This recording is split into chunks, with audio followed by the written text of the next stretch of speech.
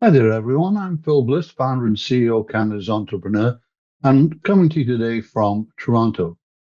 Anselm Biseswam graduated from McGill University with a degree in electrical engineering and is a professional engineer licensed in the province of Ontario. He also holds an MBA in technology management and new ventures development from Queen's University. He's also a friend of mine. Anselm co-founded Hyperion in July 2015 with the intention of developing the first implementation of a distributed sensing solution for the electric grid.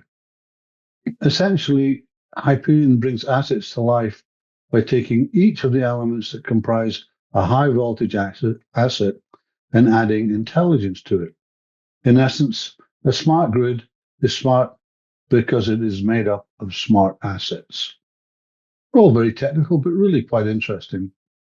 Prior to this, Ansel successfully led ABB's Substation Automation Products Division for North America, and in this role was responsible for sales of transmission and sub-transmission products to utilities in Canada.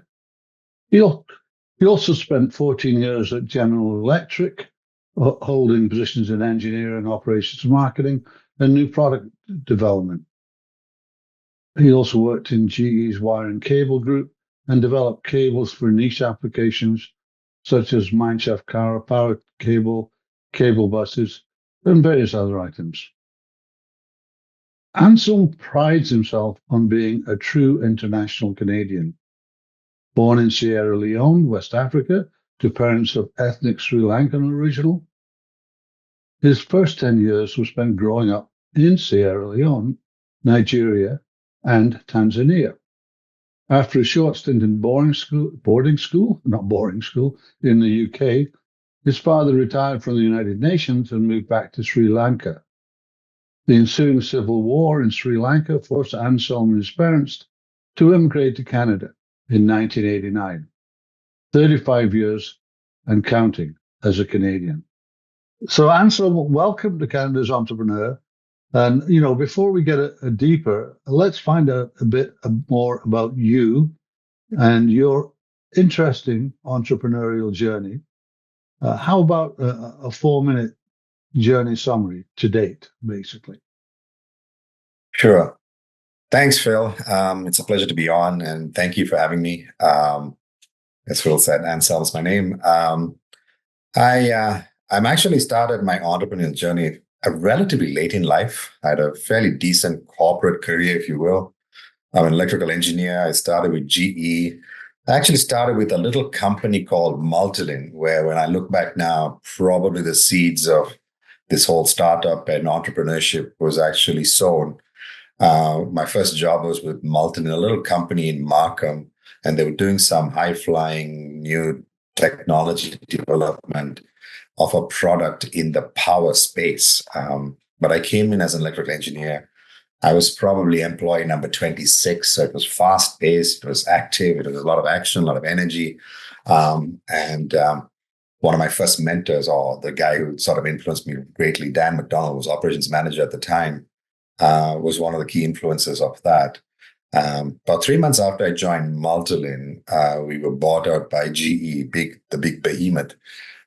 Life kind of changed a little bit, but GE sort of pushed us to be ourselves. So for another year and maybe 2 years, maybe we had that dynamic spirit going around. And so I was very, very lucky to have that.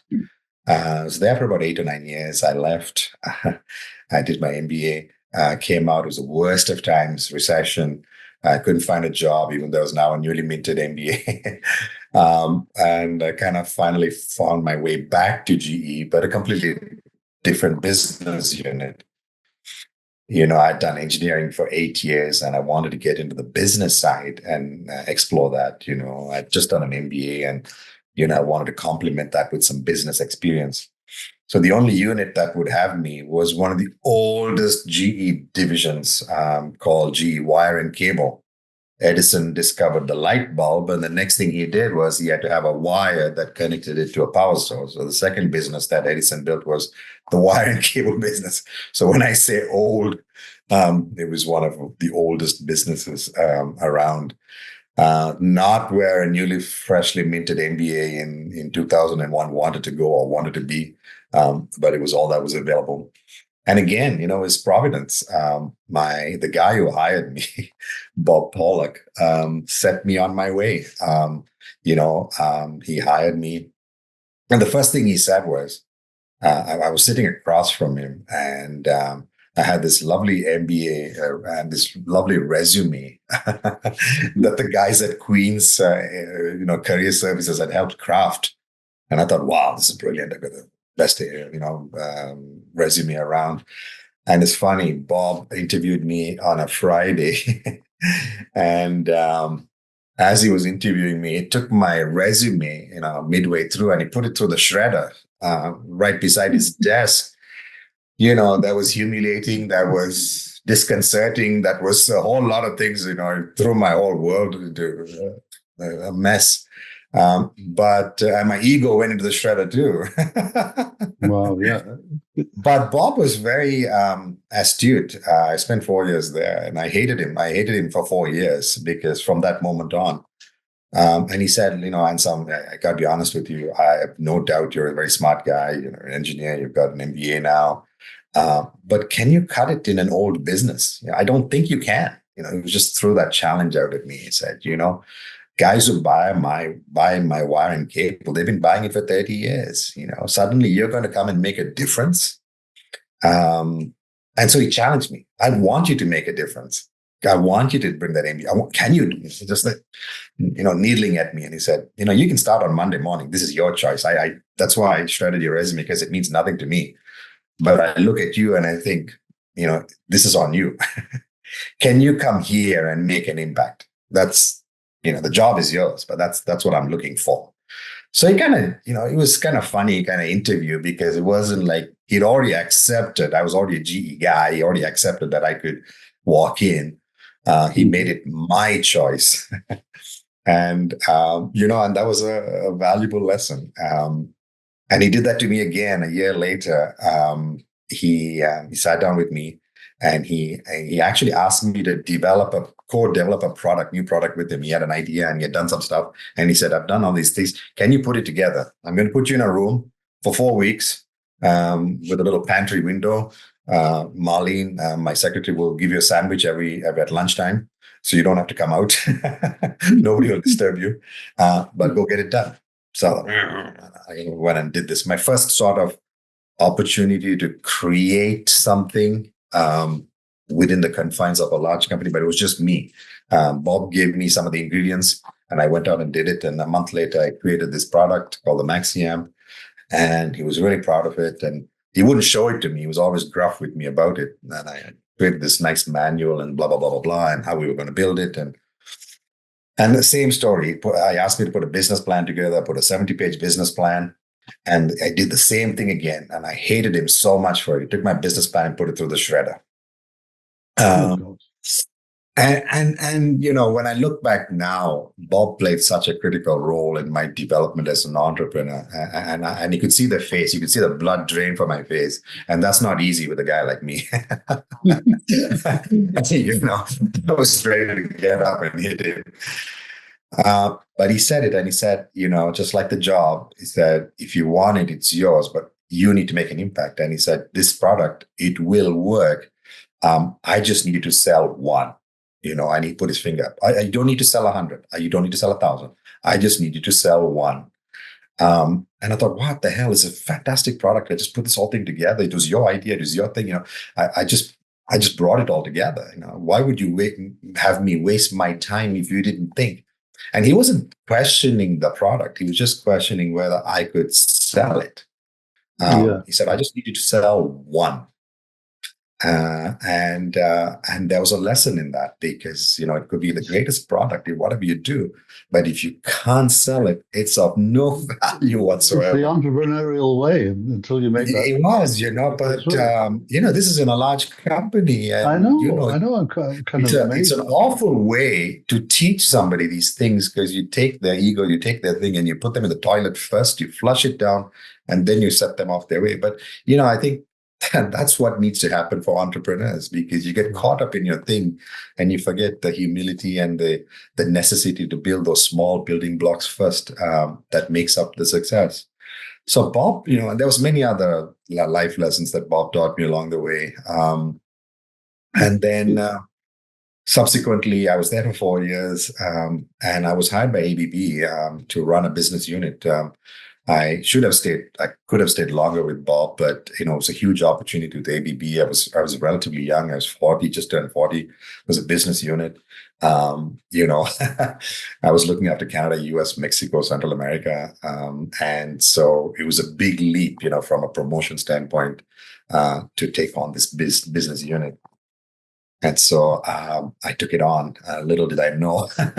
But again, fortune favors the brave. I had a phenomenal business unit lead that I was reporting into, Gary Reed, who saw the potential, I think. I hope.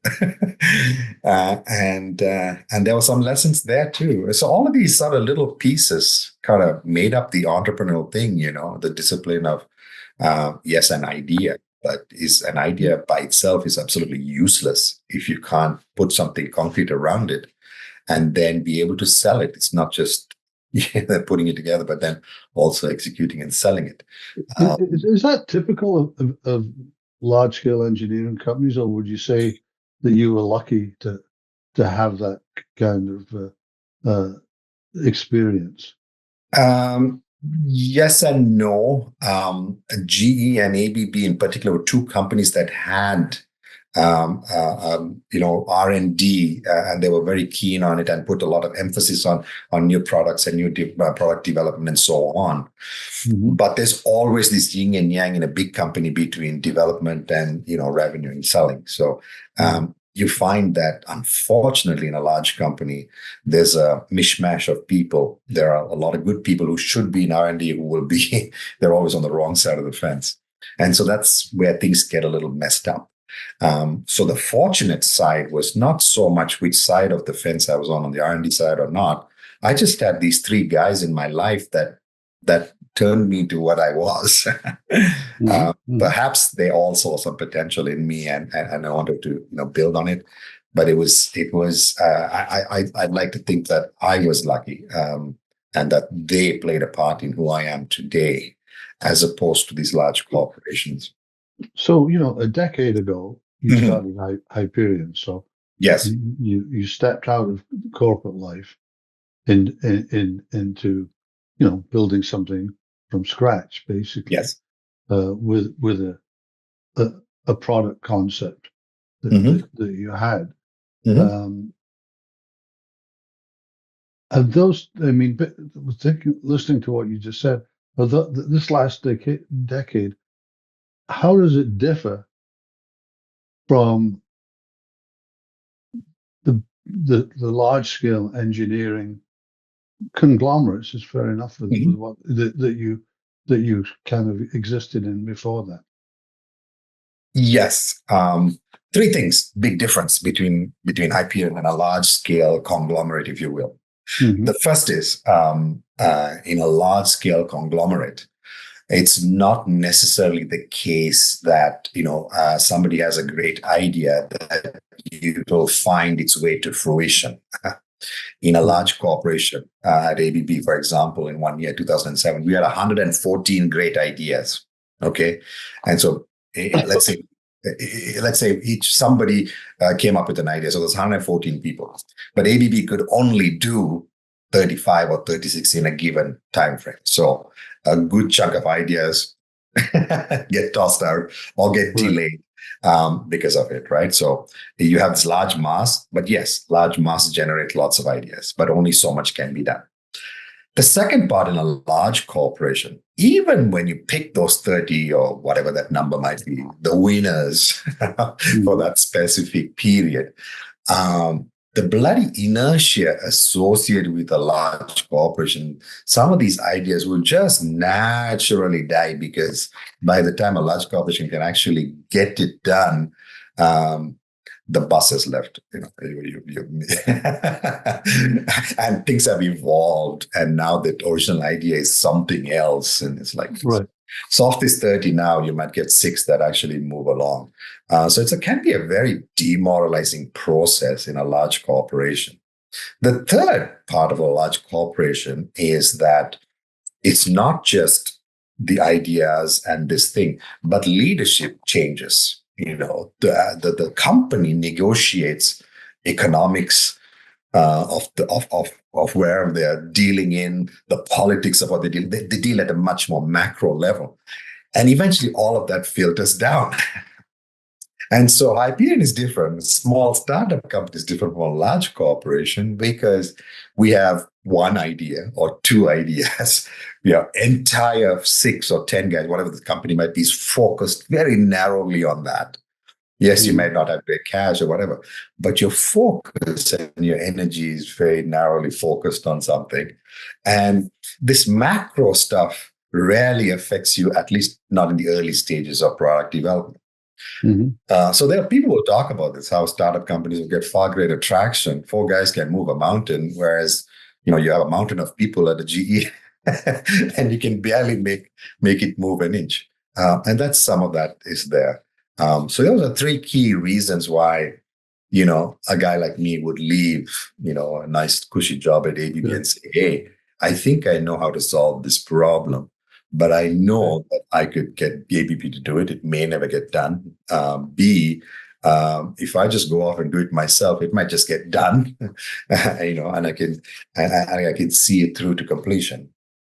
And so those are sort of things that help you along the way. I had that corporate experience, and I was at a fairly high level, executive-wise at ABB, that I could understand what could be done and what couldn't be done. And I thought this was the ideal way to go get this done.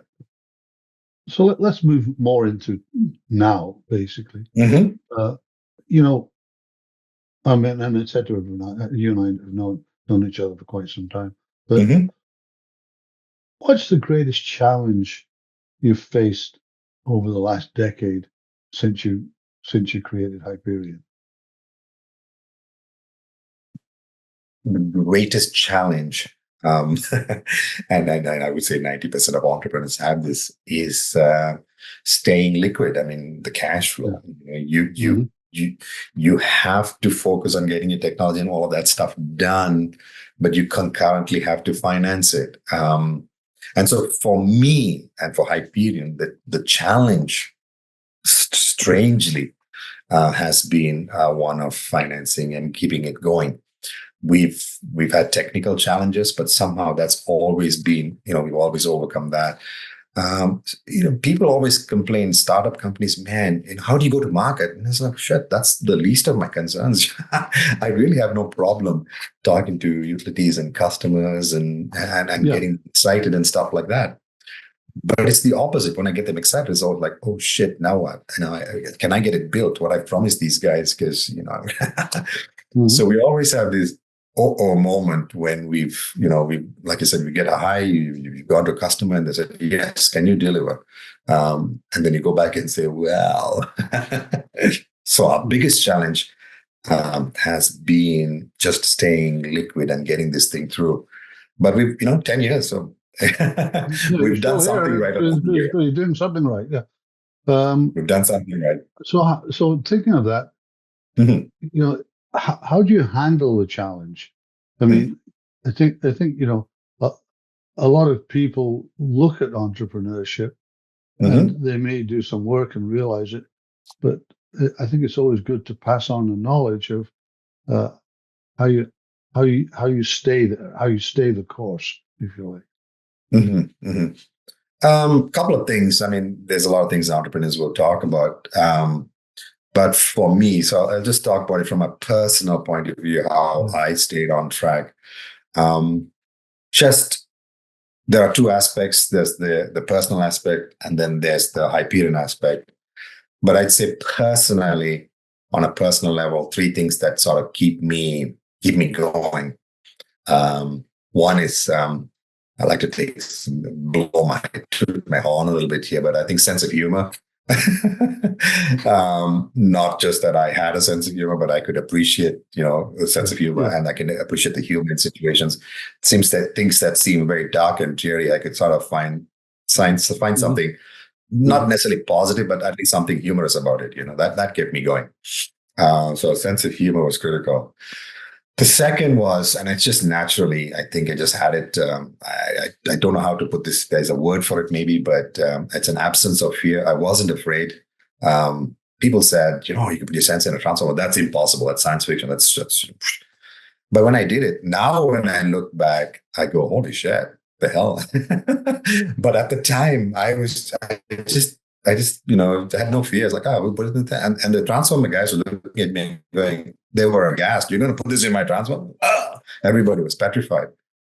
But we developed this sensing technology. We put it in a transformer. We worked with the manufacturer. It went into operation in December 2009, and it's running diggity boo. But I look back now. Now I'm afraid of what I've done. But at the time, absence of fear. The third piece, and I sort of, both Dan McDonald and everybody else that my guy, the guys who influenced me was, it wasn't just about an idea. Everybody can come up with an idea, or not everybody, but you can be creative and come up with something. But it's the get up and go. It's the, and for some reason, personally, I have it. 6 o'clock in the morning or 5:30 in the morning, I'm up and I'm like, there's no wall that can break me down. But by 3, it's that ADHD thing. It's that get up and go. I have it every day. Yeah. So that's the 3 personal aspects, I think, that keeps me going, that whatever. On the Hyperion side, 3 things that I think, and I don't want to say 3, but just the things that keep us going is our technology, as complicated or as it is. What we're really trying to achieve is something very simple. We're measuring temperatures. It's as simple as that. Okay. And so the technology around what we do may be complex, but the solution itself is very simple. And no one, not one single customer or one single meeting where we have gone to somebody to talk about what this is that we want to do for them, they don't get. And they appreciate it. And so it fuels Hyperion, because I hate to say this, but if we're having a low moment, I always tell the guys, I'm going to go off and see a customer. It's kind of funny because I go see a customer and they know, he's having a low moment because he's going to see a customer. And everybody else, all the other entrepreneurs want to go see a customer when they're on a high, and I got my sales adrenaline running, and but it's the opposite. We go in and I get lifted by my customers, and I come back and I share that with the team, and we go from there.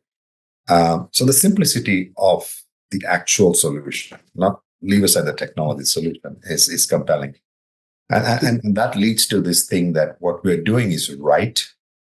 Because if your customers and these meetings provide you that energy, that you're onto something right. And so it's a real endorsement when you do that. It's an endorsement, yeah.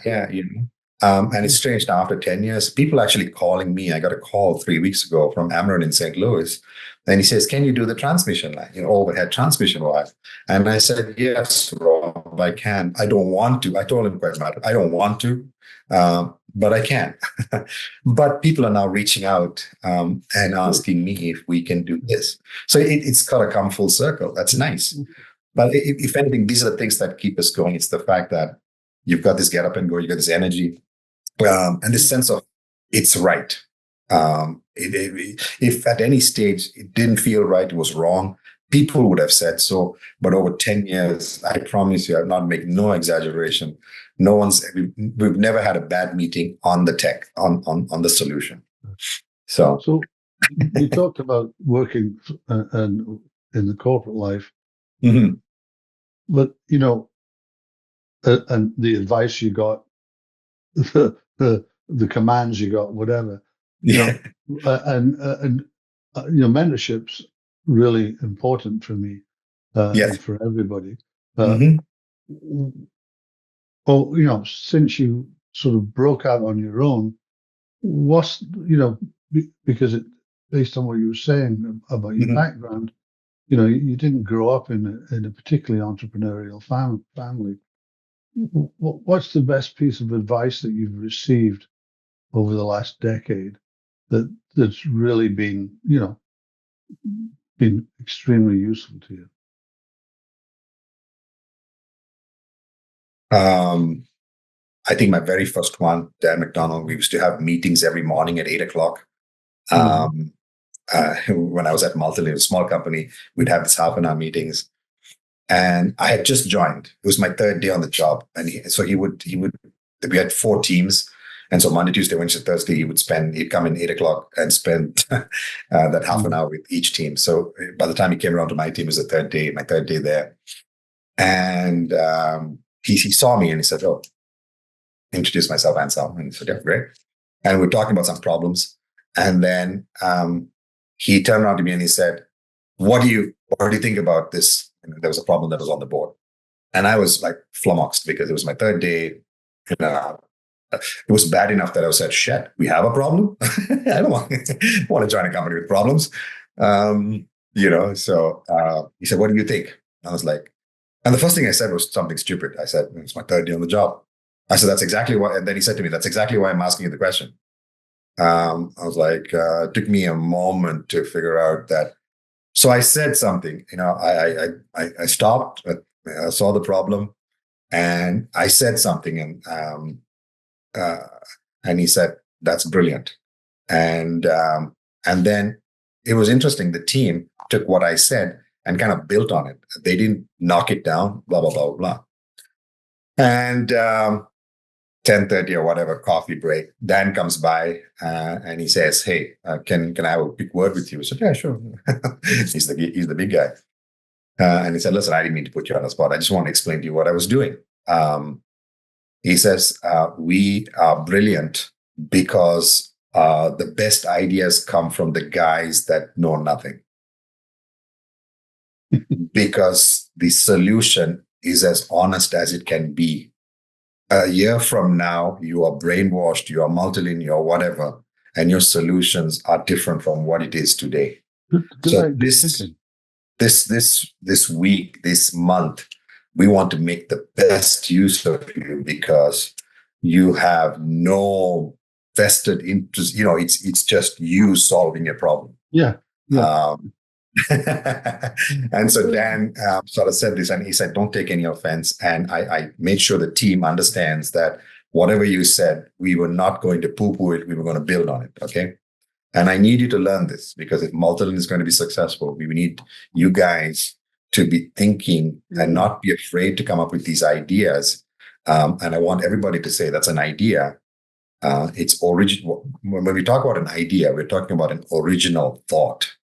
And so no one should poo-poo this. We might take it and dissect it, but the intent is to take it from where it is and move it up. That's what the team dynamic is all about. High performance teams That, take that, original thoughts and do something with it. that's really, really interesting. So Okay, that's I, I, I think that's enough. That's enough seriousness. Let's have a little bit of fun before we conclude here. These are what we call rapid fire questions. It's just a fun conclusion. okay. If there's some good stuff there. If you weren't doing what you do for work now, what would you be doing instead? I'd be farming. Interesting. There's something about planting a seed and seeing it come to life, very entrepreneurial, that nobody Yeah, gets. But it's yeah, giving life for a man. It's giving life, and I think that's what yeah, excites me the most. yeah. What book are you currently reading? Podcasts are you listening to that you'd recommend to our audience? I read a lot of trash. Strangely, I just because I lead a stressful life. So Michael Connolly's, Lee Child's. I'll do Mm. maybe 2 storybooks a week. Just Hmm. it just gets me going in Just the get book you. editor. So yeah, right. Yeah, That's I'll okay. mix that up. I'll mix that up with something sort of personal. Right now, I'm doing winemaking. it's just another thing, it's Yeah, well, it's it's agriculture. You're making something from natural yeah, it came from resources. something else. I visited a winery and I saw all these things. And again, my entrepreneur was like, I kept thinking, Yeah. geez, they could be done a better way and it could be done this and it could be done that. So I'm reading this book on winemaking just because I don't want to look foolish next time I go to a winery. I want to be actually understand this whole Yeah. process better. Yeah. So if I were to say something, hey, yeah, I know you're doing it this way, but have you considered trying this? Well, it comes from a position of, I won't say strength, but a position of a little bit more intellectual um, seriousness. But I know I'm not doing it because I want to knock any of these wineries down. It's just in my head I thought, Yeah. I wonder if Why it could be not? done Why this not? way. Yeah, I'll have to taste it next time. Yeah, it's the entrepreneur. Yeah, You can never seem to get away yeah. from that guy. Are you a morning or a night person? Very strange. Morning, I have the energy, but my brain is dead. And Mhm. the night, I don't have the energy, but my brain is moving along at 140 miles an hour. I will Mhm. get up at 2 o'clock and write a paper. So I'm a very strange human being, That that's a and I that's delight in that, that.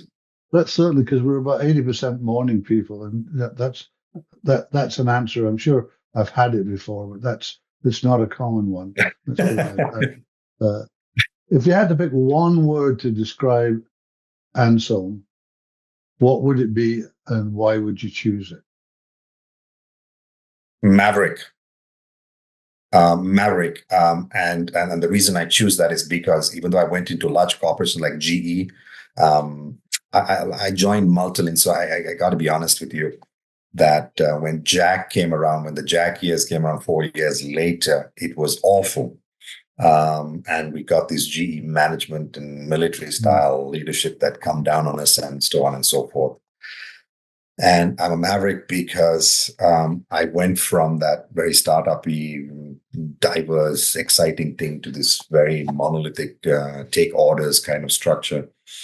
And so the Maverick was born because I suddenly realized that when I, at some point, if I ever had the chance to have a company, the way I would do it, the way I would run it is that I would, any decision, any key decision I had to make, I would look at it and go, what would GE do? And then I would do the exact bloody opposite. Yeah. Okay. So it was that bad, and it served me really well at ABB. They hired a GE guy, but they got the anti-GE guy, which actually worked superbly well at ABB. And Yeah. I was fairly successful, and I attribute my success for being the Yeah. anti-GE guy. Now, having said that, in all fairness, GE gave me a lot of training and a lot of background and a lot of that experience and how to build stuff, and all of that came from GE. But from Yeah. a leadership management standpoint, I was anti-GE. Well, what's keeping you up at night these days? Mostly my wife, but but not for the right reasons, unfortunately. Yeah, we've struggled financially at Hyperion. What's keeping me at night is my family. I've put in 10 years into Hyperion. My kids were sort of in their teens. My daughter's heading into university and stuff like that. I want to be able to make a bigger contribution. So financially, it's just that stuff keeps me up at night. I wonder if I have taken away unduly time from my family that I will never get back. And I have sleepless nights, not just the finance, but how do I make up for some of that lost ground that I put into Hyperion Mhm. that I don't know whether they will appreciate, even if it's a success, because it was time I took away from them. And so that at the end of the day, that keeps me up. I'm trying to figure out if I can ever fix that. Okay. You know what? It's been great seeing you, Anselm. We're at our limit, and I love some of the insights, especially from as I said, the conglomerates to where you to going it, not necessarily alone, but in a totally different environment. It's been really good for people to listen to. So Thanks for coming on the show. As I said, it's been great to have you. Thanks for having me, Bill. It's been a pleasure. And hey, if I can help in any way with any other entrepreneurial insights, I'm more than happy to share. It is not for the faint of heart, but there are some moments that will change your life for the better. It's been a hell of a ride. I wish all the entrepreneurs out there all the best, from the bottom of my heart. Yeah, okay. Thanks, Anselm. Wow, Anselm's insights for engineering entrepreneurs are terrific. What it takes to step out of multinational engineering companies and start up your own venture. It's just so interesting, really, really enjoyable and informative. I'm Phil Bliss. Don't forget to subscribe to our newsletter on our website and subscribe on our YouTube channel as well, or any of the major podcast channels. Thanks for listening to Canada's Entrepreneur, where you meet the entrepreneurs that drive Canada's economy. See you again soon.